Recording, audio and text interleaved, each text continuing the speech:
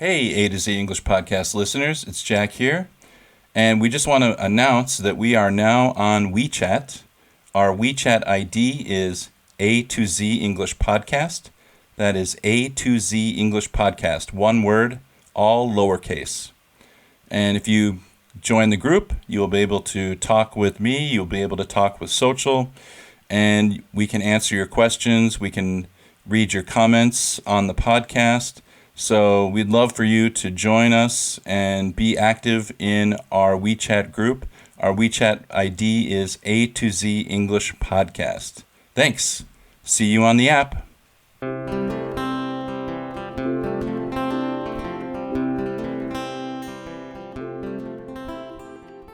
Welcome to the A to Z English Podcast. My name is Jack, and I'm here with my co-host Xochitl, and today we have a topic talk. And Xochitl, today's topic is a little scandalous. The question is, can cheating in a romantic relationship ever be justified? Should the couple try to work through it, or is the trust permanently broken? Um, I really don't think it's ever justified. I personally have never cheated, so Mhm. I don't understand. It's a decision too. I hate when people say that it's a mistake. I don't think it's a mistake. It's a choice that people actively made. Right. And you have to live with the consequences of that choice. And I think like if you do want to try to work through it, then the person who cheated needs to be willing to really put in the majority of the work and needs to be willing to see that there are going to be pretty big consequences. Like that person is not going to trust you, like for a good long while, and I think that's perfectly acceptable and absolutely normal. It'd be kind of weird if they suddenly did trust you, you know. Yeah. I Again, after what did. Go ahead. oh, sorry. I really hate it when like cheaters say something like, well, you weren't paying attention to me, or Uh, you weren't being attentive as a partner, and so I started looking in other places to get my needs met or whatever, and that's sort of kind of nonsense. It's like I think this is one of those rare occasions where it's like 100-0. You know, like yeah, it's 100% the cheater's fault, and they have to take full responsibility for their actions. I don't think there can be any hemming and hawing about it. I think it's such a red flag when a cheater starts trying to push the blame onto his or her partner for making me do that. It reminds me of like domestic violence, right? Where the yeah, domestic abuser tries to blame the um, I didn't want to hit you, but you make me so angry, you know. right, Um, yeah. and that's just nonsense. Like that's just garbage logic. And so yeah, I just don't Yeah, yeah. I think I'll go a step further here and say that cheating is definitely a form of abuse because you Mhm. have to be lying to cheat, and lying is emotional abuse by definition. Um, Yeah. so yeah, in some ways you're gaslighting your partner, you're hiding information from them, you're lying to them, you're invalidating them constantly because you're trying to make them think that they're crazy when you're cheating. So that they don't hold you accountable for your actions, and you're blaming them and shaming them, and it just it's toxic and it is abusive in a context. And I just really am against cheating. Yeah, I like how you said that. It's a form of emotional abuse for sure. Um, Yeah, and also I think that like commitment requires again, I there are a few times in life where I think it's like a zero sum meaning like it's 100% zero. Either you're committed to your partner or you're not, And if you're with your partner, but you've always got like one eye kind of looking around for something better, something. It's I know. I just really hate that kind of behavior. It reminds me of like it happens in friendships as well, where it's like Jack, you're good enough to hang out with at this party, but I'm going to keep my eye open, looking around the room for maybe somebody a little bit more interesting, a little bit cooler that I can go talk to. So you're good enough in the moment, but you're not really good enough. And that's a real self-esteem killer, I think. Yeah. It is a self-esteem killer. And then ultimately though, like dealing with cheaters and talking to them, I don't think it's anything about their partner not being obviously it's not about their partner not being good enough, but I don't even think it's about them thinking their partner isn't good enough. It's like they just have this black hole in their heart and mind, and they need like constant validation and attention from other people. And most of the Yes. time they can't handle like critique. Like if something starts going wrong in a relationship, instead of facing up to their responsibility in whatever's going on or talking it out with their partner, like they can't face criticism or face issues when things get real. So they would rather just find a way to like escape in a sense and source their validation from someone else. It's almost like they're willing to, if they don't get what they want completely, they're gonna blow it, they're gonna blow the whole thing up, you know? And that is like the most childish kind of toddler behavior. Like Yeah, it's the ultimate I'm taking my ball and going home kind of behavior. right. And Yeah. and it's so immature.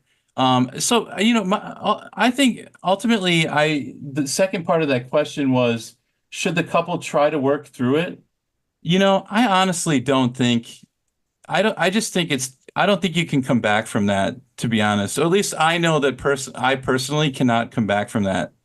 Um, Cheating is a deal breaker in my for me.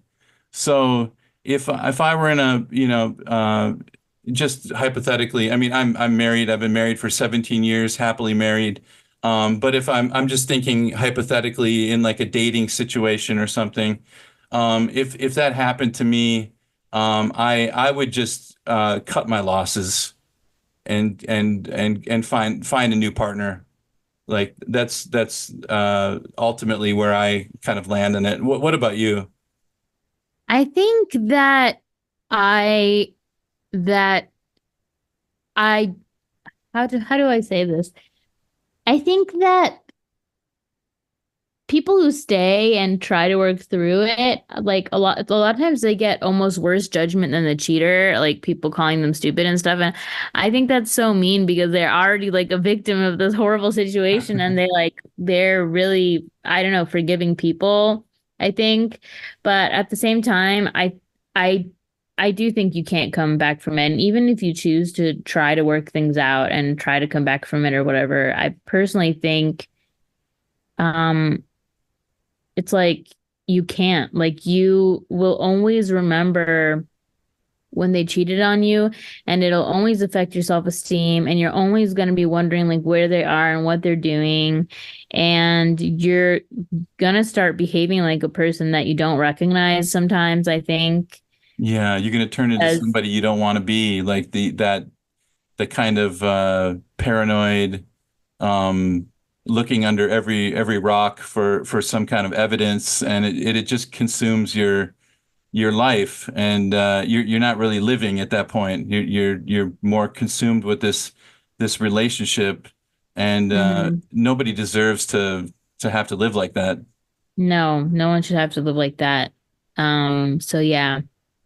I think, yeah, I mean, I think it's cool to cut your losses. It's something that it's like cheating is very common in Mexican culture, like men especially cheating on women. I think there's also a whole sexist level to cheating where like in marriages it's more common for men to cheat because of the way that society is Hmm. and to get away with it or like for it to be acceptable anyway. to Is it some like the degree. boys will be boys kind of mentality? Yes, and men will be Yeah, men kind of I mentality. hate But I that. think that's Yeah. I feel like that's true in at least every culture that I'm familiar with to some extent, you know. Hmm. Um, and uh I definitely understand why people, especially people who already have kids or who are like have been married for a long time, why they would like want to try to work through it. Like I definitely understand. Yeah, that's true. Um, That's true. Yeah. yeah, but at the same time, like if anyone is ever in that situation, I would say don't. Like just don't. Just cut your losses. You'll always regret investing more time in fixing things than just moving on to a new relationship where you could have all the trust and respect that you should have had from the start and deserved in someone else that will respect you and care about you and um be a reliable person that you can actually trust. Yeah. And cheating when you have kids is really a new just a Low. deeper, yeah, like a new low. Like that's about as low as you can go because I mean, the psychic damage that you can that it that infidelity causes children is it has a ripple effect that will last throughout their lives as well. So your selfish act is actually affecting your children's lives and their happiness and their future relationships.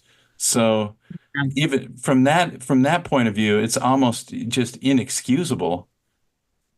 Yeah, and it's traumatic to be cheated on. Like I know that a lot of people might be like, "Oh, that's an overreaction or whatever," but it's not. Literally like it's traumatizing. It's someone that you're supposed to love and trust and all of this and the person that you're supposed to believe the most in like when you're in a committed relationship, just throws all of that trust and belief in the trash and sacrifices your self-esteem and your self-worth and everything that you've poured into the relationship just to cheat on you.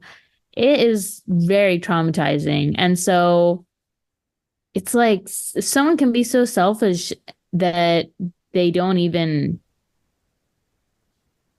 even think about how it's going to affect others like rather than just breaking up or going their separate ways or something, Hmm. they'd rather put you in such a painful situation. It's just a selfish uh turd for Yeah, lack of a like better word. a This selfish turd. is yeah, it's like what a turd, man. It's Yeah. just sad, you know. So it's like I don't know. So I think for me, yeah, I mean, sure you can get past it and all of this, but it's really low. I remember there was a I don't know if you have you ever seen the Try Guys? They're like a YouTube group of four Oh different yeah, I'm familiar with that YouTube channel. Yeah. well, there was a guy named Ned in it. Oh And yeah, the scandal a couple years ago. I remember this one. Yeah. yes, he would always talk about his wife. Like he loved his wife and he would always talk about his wife all the time on the show. And he was known as the wife guy of the Try Guys. And I really liked Ned and Ariel's relationship. And I was like, oh, I hope I find someone who loves me that much someday and who I love that much and trust that much. And I was like, they seem like really happy and everything. And then he was cheating on Ariel with a coworker, and she has like two kids by him. And Ugh. he publicly cheated on her. Like the way that she found out is like some fans saw him with this other girl, like dancing at a club and posted pictures of it on Reddit. Yeah. And like that's how she found out. And like the level of horribleness and like selfishness and everything. Like, how low can you be? You know what I mean? Yeah, It's just, yeah. Just a worm, just a belly yeah. crawler, And Um then like they stayed together anyway, I believe, and trying to work it out. And I just like I feel bad for Ariel because I mean it ultimately it's her choice, so I shouldn't say, oh, I feel bad for her. But like what I yeah. mean is like when you're cheated on in such a public context and you have your kids and everything, and I just feel like she can do so much better than this worthless worm of a man, you know? Like, Yeah, yeah. Yeah, Yeah, someone that's huge willing to difference. just blow the foundations out from under your marriage, your relationship. Whatever compels a person to do that is it's pathological, you know? It defies logic. I just can't wrap my mind around it almost, you know? Yeah. What would compel someone to just I guess maybe and the fact that what made it worse is that he was the marriage guy, so I know, only talking about his wife. John Mulaney, who's a famous comedian, also did like something very similar, apparently. hmm Um, it's just trash. Like, thinking about these men that are like always parading around about their wives and everything, and the whole time they're just like these worm cheaters. Like it really shook me when I found out that news. I was like, ew, what a nasty turd. yeah. And a lot of times the excuse is the reason they give is because I can, which that is so dark to me, that kind of thinking, is Bro, like I could kill him right now. Sorry, that's that's a little much for the podcast. I could like push someone off a cliff if figuratively if I wanted to. But like you don't do it because you're a human being and you don't why would you do something like that? It's so dark to think like there's no limit kind of okay, this is one thing that one of the reasons that I think you shouldn't stay with a cheater, like one of the big things is that I watch a lot of true crime, and almost every man who's murdered his like pregnant wife or whatever right. was a cheater Yeah. first. They Yeah. cheated first, and they were cheating. They had like there's either lots of instances of cheating in the relationship, like Lacey Peterson with Scott Peterson. Like Scott Peterson cheated on her multiple times before he killed her. Chris Watts. Yeah. Watts was cheating. Yep. Um, Yep. all these like family annihilators, and it's just nasty. Like they were cheaters also. And that really makes you think about it. Like when you said it gets dark, like, cause I can, it's like, yeah, because they can, like, Yeah. uh, yeah, there's no limit to how far they'll go. Like sometimes it's a slippery slope. And someone Right. who's willing to cheat on you and like lie to you and betray you in that way and put your health at risk in many instances, physical health and emotional health, Yep. um, how far are they really truly willing to go? You have no Sometimes idea. they're willing to go so far to cover up their indiscretions that they'll commit murder, you know? Now this Yeah, is obviously that's a very small percentage, extreme but end, but yeah, it's yeah. still, Yeah. pretty much all these family annihilators were cheaters. So Yeah. think Yeah. about that. Yeah. Well, there you go. Yeah. All right, listeners. Well, let us know what you think about cheating in the comments. I'm definitely curious to know. Do you think that cheating is ever justifiable? Um, do you have a dark black and white thinking like Jack and I have about cheating? Yeah, let us know in the comments. We're very interested to know. So leave us a comment down below at a to z english podcast.com. Shoot us an email at a to z english podcast at gmail.com and join the WeChat and WhatsApp groups to join our conversation and talk to Jack and I directly. Remember that Jack and I are now hosting an English corner for $10, around 10 USD or 80 RMB a month. So you get 20 English corner sessions with Jack and I for that quantity. And you get to talk with other English speakers every single day, that Monday through Friday. And yeah, there are a lot of perks and there's a lot of cool people who speak really great English. And we have really fun discussion questions. So make sure to shoot us a message if you would be interested in that. And we'll see you guys next time. Bye bye. Bye-bye.